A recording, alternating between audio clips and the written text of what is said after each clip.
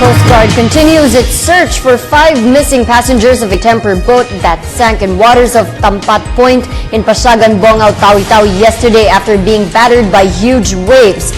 Coast Guard spokesman Armand Balillo said 7 other passengers of the boat were confirmed dead and 15 were rescued. Among those rescued was the boat owner identified as Munib Baki. Balillo added that local fishermen have joined the search operation. Patuloy pa rin yung search and rescue operations na ginagawa ng Coast Guard, the Navy, and the Philippine National Police. Meron pa pong 5 unaccounted for dun sa 27 pasahero.